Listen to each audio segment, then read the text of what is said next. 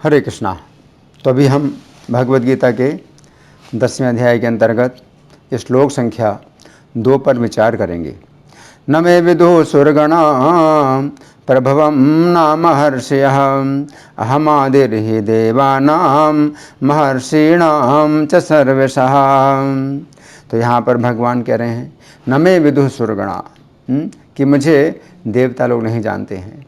प्रभुवम नाम महर्षिः, और मेरी उत्पत्ति को महर्षि लोग भी नहीं जानते हैं। अहम आदिर ही देवानाम, क्यों? क्योंकि मैं समस्त देवताओं का मैं ही आदि हूँ। महर्षि नाम च सर्वशः, और महर्षियों का भी जो है हर प्रकार से आदि हूँ। तो इसलिए मैं उनकी उत्पत्ति को जानता हूँ। ये सब मुझसे उत्पन्न हुए हैं, लेकिन वे मेरी उत्पत्ति को नहीं जानते हैं। तो हम सुनेंगे प्रभुपाद तात्पर्य में क्या लिखते हैं। श्रील प्रभुपाद की जय।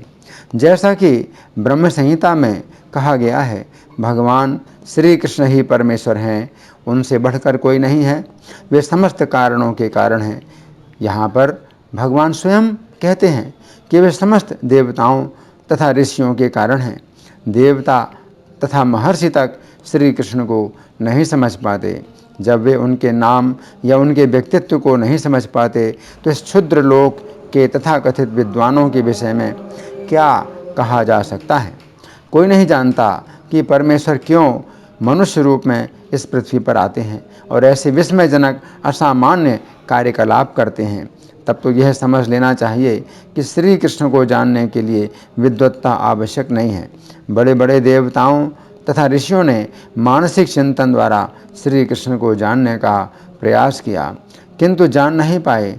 श्रीमद् भागवत में भी स्पष्ट कहा गया है कि बड़े से बड़े देवता भी भगवान को नहीं जान पाते।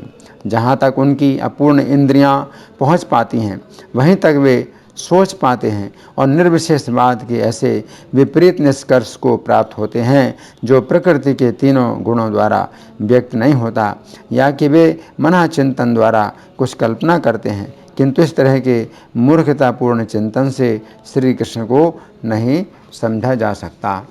तो यहाँ पर भगवान अप्रत्यक्ष रूप में ये कहते हैं कि यदि कोई परम सत्य को जानना चाहता है तो लो, मैं भगवान के रूप में यहाँ हूँ, मैं परम भगवान हूँ। मनुष्य को चाहिए कि इसे समझे। यद्यपि अचिंत्य भगवान को साक्षात रूप में कोई नहीं जान सकता, तो भी वे विद्यमान रहते हैं। वास्तव में हम सच्चिदानंद रूप श्री कृष्ण को तभी समझ सकते हैं जब भगवद गीता तथा श्रीमद् भागवत में उनके वचनों को पढ़ें। जो भगवान की अपरा शक्ति में हैं, उन्हें ईश्वर की अनुभूति किसी शासन करने वाली शक्ति या निर्विशेष ब्रह्म रूप में होती है, किंतु भगवान को जानने के लिए दिव्य स्थिति में होना आवश्यक है। चूँकि अधिकांश लोग श्री कृष्ण को उनके वास्तविक रूप में नहीं समझ पाते, अतः वे अपनी अहेतु की कृपा से ऐसे चिंतकों पर दया दिखाने के लिए अवतरित होते हैं। ये चिंतक भगवान के असामान्य कार्यकलापों के होते हुए भी भौतिक शक्ति यानी माया से कलमशग्रस्त होने के कारण निर्विशेष ब्रह्म को ही सर्वश्रेष्ठ मानते हैं। केवल भक्तगण ही जो भगवान की शरण पूर्णतया ग्रहण कर चुके हैं, भगवत कृपा से समझ पाते हैं कि श्री कृष्ण सर्वश्रेष्ठ हैं। भगवत भक्त निर्विशेष ब्रह्म की परवाह नहीं करते। वे अपनी श्रद्धा तथा भक्ति के कारण परमेश्वर की शरण ग्रहण करते हैं और श्री कृष्ण की अहेतु की कृपा से ही उन्हें समझ पाते हैं। अन्य कोई उन्हें नहीं समझ पाता। अतः बड़े से बड़े ऋषि भी स्वीकार करते हैं कि आत्मा या परमात्मा तो वो है जिसकी हम पूजा करते हैं। तो यहाँ पर प्रभुपाद का तात्पर्य समाप्त हुआ। अब हम सुनेंगे श्री भगवान ने कहा में इसकी कैसी व्याख्या हुई है। पिछले श्लोक में श्री कृष्ण ने अर्जुन से कहा था कि वे अपने विषय में पुनः कुछ अन्य बातें बतलाएंगे। उस समय अर्जुन के मन में प्रश्न उठा कि श्री कृष्ण जो बातें अपने विषय में बता रहे हैं अथवा बताएंगे, वे बातें क्या देवतागण पहले से नहीं जानते हैं? और यदि देवतागण नहीं जानते हैं तो महर्षिगण तो अवश्य ही जानते होंगे, क्योंकि वे तो सदा तपस्या तथा स्वाध्याय में ही लगे रहते हैं। अंतर्यामी होने के कारण श्री कृष्ण अर्जुन के प्रश्न को समझ गए। अतः उन्होंने इस श्लोक में कहा है कि श्री कृष्ण के विषय में ना तो देवतागण ही जानते हैं तथा ना महर्षिगण ही जानते हैं। इस श्लोक में श्री कृष्ण की दो अत्यंत महत्वपूर्ण शिक्षाएं हैं जिनकी हम क्रम पूर्वक चर्चा करेंगे। तो पहली शिक्षा, इस श्लोक की प्रथम पंक्ति के शब्द हैं न मे विदुः सुरगणा प्रभुवम न महर्षिः। अर्थात मेरे प्राकट्य को ना तो देवतागण ही जानते हैं और ना महर्षिगण ही जानते हैं। तो यहाँ पर श्री कृष्ण कह रहे हैं कि उन्हें देवता लोग नहीं जानते हैं। गर्ग संहिता अश्वमेध खंड के अंतर्गत अध्याय संख्या 5 में देवताओं के राजा इंद्र ने श्री कृष्ण की स्तुति इस प्रकार की, हे श्री कृष्ण, आपका न आदि है, न मध्य है और न अंत है। आप में सारा जगत समाया हुआ है। आपसे ही समस्त जगत की उत्पत्ति होती है और आप ही सृष्टि, पालन तथा संहार के कारण हैं। आप अखिल विश्व के उत्पत्ति स्थान हैं। आप जानने योग्य सभी बातों को जानते हैं। आपके अतिरिक्त अन्य कोई भी प्राणी आपके वास्तविक स्वरूप को नहीं जान सकता है। आप सारे जगत का उपकार करते हैं। आपको जीतने में कौन समर्थ हो सकता है। आप स्वतः सिद्ध हैं तथा अनादि सिद्ध हैं। हे श्री कृष्ण, मैं आपको अखिल विश्व का नायक मानता हूँ। इससे अधिक सूक्ष्म बातों की जानकारी मुझे नहीं है। हे नाथ, आप जो हैं सो हैं, किंतु इस जगत की रक्षा आपसे ही होती है इति। इस प्रकार हम देखते हैं कि जब देवताओं के राजा भी श्री कृष्ण को नहीं जानते हैं तो फिर अन्य देवताओं की बात ही क्या है। तो यहाँ पर श्री कृष्ण कह रहे हैं कि उन्हें देवता तथा महर्षि लोग नहीं जान पाते हैं। भागवत 4:29 श्लोक संख्या 42 से 44 तक में कहा गया है कि समस्त प्रजापतियों के पिता परम शक्तिशाली ब्रह्मा जी, शिव जी, मनु, दक्ष तथा मानव जाति के अन्य शासक, प्रथम कोटि के ब्रह्मचारी सनक, सनातन इत्यादि चारों कुमार, मरीचि, अत्रि, अंगिरा, पुलस्त, पुलह, क्रतु, भृगु तथा वशिष्ठ जैसे महर्षि तथा नारद, ये सभी महान ब्राह्मण हैं जो वैदिक साहित्य पर अधिकार पूर्वक बोल सकते हैं। ये सभी लोग तपस्या, विद्या तथा समाधि के कारण अत्यंत शक्तिशाली हैं, तो भी भगवान को देखते हुए भी और अन्वेषण करते हुए भी नहीं जान सकते हैं। तो यहाँ पर समझने की बात यह है कि यहाँ पर जिनके नाम गिनाए गए हैं ये सभी लोग अपनी तपस्या के बल से बहुत सी बातों को जान लेते हैं। इसके अतिरिक्त इनके पास विद्या का भी बल है, जिस विद्या के द्वारा ये लोग बहुत सी बातों को जान लेते हैं। इसके अतिरिक्त इन लोगों के पास समाधि का भी बल है, जिसके द्वारा ये लोग किसी व्यक्ति के पिछले या पिछले से भी पिछले जन्म की बातें जान लेते हैं। परंतु यहाँ पर कहा गया है कि ये लोग अपनी संपूर्ण तपस्या की शक्ति लगा करके, फिर अपनी विद्या की शक्ति लगा करके, फिर उसके ऊपर अपनी समाधि की भी शक्ति लगा करके श्री कृष्ण के तत्व को नहीं जान सकते हैं। श्री कृष्ण गीता 7:26 में कहते हैं कि पहले के जितने लोग हुए हैं, इस समय जितने लोग हैं तथा भविष्य में भी जिनका होना निश्चित हो चुका है, श्री कृष्ण उन सभी को जानते हैं, परंतु कोई भी श्री कृष्ण को नहीं जानता है। भागवत के उक्त श्लोकों के तात्पर्य में श्रील प्रभुपाद लिखते हैं, उपर्युक्त सारे महापुरुष न केवल शक्तिमान हैं बल्कि साथ साथ भक्त भी हैं। इतने पर भी फिर भी इतने ज्ञानी होने और भगवान विष्णु का साक्षात्कार करने पर भी वे भगवान विष्णु और जीवों के पारस्परिक संबंध को पूर्ण रूप से नहीं समझ पाते हैं। इसका अभिप्राय यह है कि इन महापुरुषों का भी अनंत विषय ज्ञान अत्यंत सीमित है। इससे यह निष्कर्ष निकलता है कि केवल ज्ञान में आगे बढ़ जाने से किसी को भगवान के ज्ञान में दक्ष नहीं माना जा सकता है। भगवान को उच्च ज्ञान से नहीं अपितु शुद्ध भक्ति से समझा जा सकता है, जिसकी पुष्टि भगवद गीता 18:55 में हुई है। जब तक व्यक्ति शुद्ध दिव्य भक्ति नहीं करता तब तक वास्तविक रूप में वह भगवान को समझ नहीं सकता है। तथा कथित वैज्ञानिक तथा चिंतक अपने ज्ञान के बल पर परमेश्वर को समझने में असमर्थ हैं। जब तक व्यक्ति भक्ति के स्तर तक नहीं उठता तब तक ज्ञान पूर्ण नहीं होता है। इसकी पुष्टि भागवत 10:14-29 से होती है।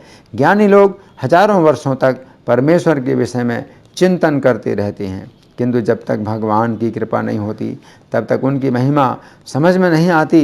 इन श्लोकों में जिन ऋषियों का उल्लेख है वे सब उस ब्रह्मलोक के निकटवर्ती लोकों में रहते हैं जहाँ सनक, सनातन, सनंदन तथा सनत कुमार इन 4 ऋषियों सहित ब्रह्मा जी निवास करते हैं। ये ऋषि विभिन्न नक्षत्रों में रहते हैं इति। ये समझने की बात है कि जिन महर्षियों ने अनेक मंत्रों को, विद्याओं को तथा विलक्षण विलक्षण शक्तियों को प्रकट किया है, जो संसार से ऊपर उठे हुए हैं, जो दिव्य अनुभव से युक्त हैं, जिनके लिए कुछ करना, जानना और प्राप्त करना शेष नहीं रह गया है, ऐसे तत्वज्ञ जीवन मुक्त महर्षि लोग भी श्री कृष्ण के प्रकट होने को, श्री कृष्ण के अवतारों को, उनके अनेक प्रकार की लीलाओं को तथा श्री कृष्ण के महत्व को पूरा पूरा नहीं जानते हैं। तो यहाँ पर श्री कृष्ण कह रहे हैं कि उन्हें महर्षि लोग नहीं जानते हैं। इस संबंध में गर्ग संहिता गोलोक खंड के अंतर्गत अध्याय संख्या 20 में वर्णन आता है कि एक दिन मुनि श्रेष्ठ दुर्वासा श्री कृष्ण का दर्शन करने के लिए ब्रजमंडल में आए। वे श्री कृष्ण को बालकों के साथ खेलते हुए देखकर मन ही मन में सोचने लगे, क्या ये वही षड्विध ऐश्वर्य से संपन्न ईश्वर है? मेरी समझ में ये केवल नंद का पुत्र है, परात्पर श्री कृष्ण नहीं है इति।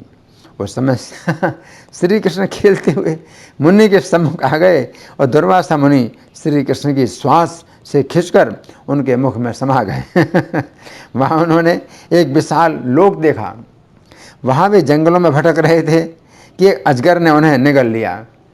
उसके पेट में उन्होंने 14 लोकों सहित संपूर्ण ब्रह्मांड देखा। फिर द्वीपों में भ्रमण करते हुए एक श्वेत पर्वत पर उन्होंने 100 करोड़ वर्षों तक श्री कृष्ण का भजन किया। उसके बाद प्रलय का समय होने पर समुद्र ने उन्हें डुबा दिया। उस समय उन्हें समुद्र में 1000 युग बीत गए। फिर उन्हें समुद्र में एक अन्य ब्रह्मांड दिखाई दिया। उसके छिद्र में प्रवेश करने पर वे एक अन्य ब्रह्मा के लोक में पहुंच गए। वहाँ ब्रह्मा जी की आयु पर्यंत विचरते रहे। फिर एक छिद्र में घुसे तो उन्हें बिरजा नदी का दर्शन हुआ। नदी के उस पार पहुँचने पर वे गोलोक धाम में पहुँच गए, जहाँ उन्होंने साक्षात परिपूर्णतम पुरुषोत्तम राधा वल्लभ श्री कृष्ण को देखा। उन्हें देखकर श्री कृष्ण पुनः हंसे। हंसते समय उनकी श्वास से खिंचकर दुर्वासा मुनि उनके मुख में पुनः समा गए। उस मुख से पुनः बाहर निकलने पर उन्होंने पुनः उन्हीं बाल रूपधारी श्री कृष्ण को देखा, जो सखाओं के साथ धूल में खेल रहे थे। इस प्रकार दुर्वासा मुनि समझ गए कि श्री कृष्ण साक्षात परात्पर ब्रह्म है। तो यहाँ पर समझने की बात यह है कि महर्षि लोग भी अपनी तपस्या, विद्या अथवा समाधि के बल पर श्री कृष्ण को नहीं समझ सकते हैं, परंतु यदि श्री कृष्ण स्वयं जनाते हैं तो वे श्री कृष्ण को जान पाते हैं। अब दूसरी शिक्षा, इस श्लोक की दूसरी पंक्ति के शब्द हैं अहम आदि ही देवानाम महर्षिणाम च सर्वशः, अर्थात मैं सभी प्रकार से देवताओं और महर्षियों का आदि हूँ। इस श्लोक के तात्पर्य में श्रील प्रभुपाद लिखते हैं, जैसा कि ब्रह्म संहिता में कहा गया है, भगवान श्री कृष्ण ही परमेश्वर हैं, उनसे बढ़कर कोई नहीं है, वे समस्त कारणों के कारण हैं। यहाँ पर भगवान स्वयं कहते हैं कि वे समस्त देवताओं तथा ऋषियों के कारण हैं इति। यहाँ पर श्री कृष्ण कह रहे हैं कि वे सभी देवताओं तथा महर्षियों के सभी प्रकार से आदि हैं। पहली शिक्षा में श्री कृष्ण ने कहा था कि उन्हें देवता लोग तथा महर्षि लोग नहीं जानते हैं। इस बात पर प्रश्न उठता है कि श्री कृष्ण को देवता लोग तथा महर्षि लोग क्यों नहीं जानते हैं। इस प्रश्न के उत्तर में श्री कृष्ण कह रहे हैं कि देवता लोग तथा महर्षि लोग श्री कृष्ण को इसलिए नहीं जानते हैं क्योंकि श्री कृष्ण ही सभी देवताओं तथा महर्षियों के कारण हैं। इसका अर्थ है कि उनमें जो कुछ बुद्धि है, शक्ति है, सामर्थ्य है, पद है, प्रभाव है, महत्ता है, वो सब उन्होंने श्री कृष्ण से ही प्राप्त की है। अतः श्री कृष्ण से प्राप्त किए हुए प्रभाव, शक्ति, सामर्थ्य आदि से वे श्री कृष्ण को पूरा कैसे जान सकते हैं, अर्थात नहीं जान सकते हैं। जैसे बालक जिस माता से उत्पन्न हुआ है उस माता के विवाह को और माता से अपने शरीर की उत्पत्ति को वो नहीं जानता, उसी प्रकार सभी देवता तथा महर्षि श्री कृष्ण से ही प्रकट हुए हैं। अतः वे श्री कृष्ण के प्रकट होने को और अपनी उत्पत्ति को नहीं जानते। देवता और महर्षि श्री कृष्ण के आदि अंत तथा वर्तमान को नहीं जान सकते हैं। वे नहीं जान सकते हैं कि श्री कृष्ण कितने अवतार लेते हैं, कितनी लीलाएं करते हैं तथा कहाँ कहाँ प्रकट होते हैं। इन देवताओं तथा महर्षियों के प्रकट होने से पहले भी श्री कृष्ण ज्यों के त्यों थे और उनके लीन होने पर भी श्री कृष्ण ज्यों के त्यों ही रहेंगे। अतः जिनके शरीरों का आदि और अंत होता रहता है, वे देवता और महर्षि अनादि अनंत और असीम श्री कृष्ण को अपनी सीमित बुद्धि, सीमित योग्यता तथा सीमित सामर्थ्य के द्वारा नहीं जान सकते हैं। असीम श्री कृष्ण को वे अपनी सीमित बुद्धि के अंदर सीमित बुद्धि के अंतर्गत किस प्रकार ला सकते हैं। तो यहाँ पर श्री कृष्ण देवताओं तथा महर्षियों की बात कर रहे हैं। ये बात समझने की है कि पद की दृष्टि से देवता लोग अत्यंत महत्वपूर्ण हैं तथा ज्ञान की दृष्टि से महर्षि लोग अत्यंत महत्वपूर्ण हैं। तो यहाँ पर श्री कृष्ण कह रहे हैं कि वही समस्त देवताओं की उत्पत्ति के कारण हैं। यदि हम भागवत के 6ठे स्कंध को देखें तो अध्याय संख्या 6 में वर्णन आता है कि धर्म देवता की लंबा नामक पत्नी से विद्योत नाम का एक देवता उत्पन्न हुआ, जिसने समस्त बादलों को जन्म दिया। फिर धर्म देवता की विश्वा नाम की पत्नी से विश्वदेव नाम के देवता उत्पन्न हुए। फिर धर्म देवता की साध्या नामक पत्नी से साध्य नाम के देवता उत्पन्न हुए। फिर धर्म देवता की मुहूर्ता नामक पत्नी से विभिन्न मुहूर्तों के देवता उत्पन्न हुए। धर्म की संकल्पा नामक पत्नी से संकल्प नामक पुत्र हुआ, जिससे काम देवता का जन्म हुआ। धर्म की वसु नाम की पत्नी से 8 वसु उत्पन्न हुए, जो अत्यंत महत्वपूर्ण देवता हैं। फिर 8 वसुओं में से द्रोण नामक वसु से हर्ष, शोक, भय आदि पुत्रों ने जन्म लिया, जो सभी देवता हैं। 8 वसुओं में से ध्रुव नामक वसु से विभिन्न नगरों के देवताओं ने जन्म लिया। 8 वसुओं में से वास्तु नामक वसु की आंगिरसी नामक पत्नी से विश्वकर्मा का जन्म हुआ, जो देवताओं के शिल्पी हैं। ये संपूर्ण देवता तो धर्म देवता के वंश में उत्पन्न हुए हैं, परंतु यदि हम विचार करें तो पता चलता है कि धर्म देवता ब्रह्मा जी के दाहिने स्तन से उत्पन्न हुए हैं तथा ब्रह्मा जी श्री कृष्ण के नाभि कमल से उत्पन्न हुए हैं। इस प्रकार उपरोक्त सभी देवता श्री कृष्ण से ही उत्पन्न हुए हैं। कश्यप जी की विनता नामक पत्नी से गरुड़ जी का जन्म हुआ, जो विष्णु के वाहन हैं। परंतु यदि हम विचार करें कि कश्यप मुनि का जन्म किस प्रकार हुआ, तो हमें पता चलता है कि कश्यप मुनि मरीचि के पुत्र हैं। मरीचि ब्रह्मा जी के तथा ब्रह्मा जी श्री कृष्ण के पुत्र हैं। इस प्रकार सभी देवता श्री कृष्ण से ही उत्पन्न हुए हैं। अब यहाँ पर श्री कृष्ण कह रहे हैं कि वही समस्त महर्षियों की उत्पत्ति के कारण है। यदि हम भागवत के 3 स्कंद में देखें तो अध्याय संख्या 3 में वर्णन आता है कि श्री कृष्ण के पुत्र ब्रह्मा जी के मन से 4 कुमार उत्पन्न हुए, जो सृष्टि में ब्रह्मा जी के सर्वप्रथम 4 पुत्र हैं। फिर ब्रह्मा जी के क्रोध से शिव जी की उत्पत्ति हुई। फिर ब्रह्मा जी के मन से मरीचि नाम के महर्षि उत्पन्न हुए। फिर उनके नेत्रों से अत्रि मुनि का जन्म हुआ। फिर उनके मुख से अंगिरा मुनि का जन्म हुआ। फिर उनके कानों से पुलस्त मुनि का जन्म हुआ। फिर उनके नाभि से पुलह मुनि का जन्म हुआ। फिर उनके हाथ से क्रतु मुनि का जन्म हुआ। फिर उनकी त्वचा से भृगु मुनि का जन्म हुआ। फिर उनके प्राण से वशिष्ठ मुनि का जन्म हुआ। फिर उनके अंगूठे से दक्ष प्रजापति का जन्म हुआ। फिर उनकी गोद से नारद मुनि का जन्म हुआ। इस प्रकार हमें समझना चाहिए कि महर्षियों की उत्पत्ति श्री कृष्ण से ही हुई है। तो यहाँ पर श्री कृष्ण कह रहे हैं कि वे सभी देवताओं तथा महर्षियों के आदि हैं। इस प्रकार कोई भी देवता अथवा महर्षि अपनी शक्ति अथवा प्रयास से श्री कृष्ण को नहीं जान सकता है, परंतु यदि श्री कृष्ण स्वयं बताएं तो कोई भी व्यक्ति श्री कृष्ण को जान सकता है। इस श्लोक के तात्पर्य में श्रील प्रभुपाद लिखते हैं, यहाँ पर भगवान अप्रत्यक्ष रूप से ये कहते हैं, यदि कोई परम सत्य को जानना चाहता है तो लो, मैं ही परम सत्य हूँ, मैं सर्वोच्च हूँ। व्यक्ति को चाहिए कि इसे समझे केवल भक्तगण ही भगवत कृपा से समझ पाते हैं कि श्री कृष्ण ही सर्वश्रेष्ठ हैं इति।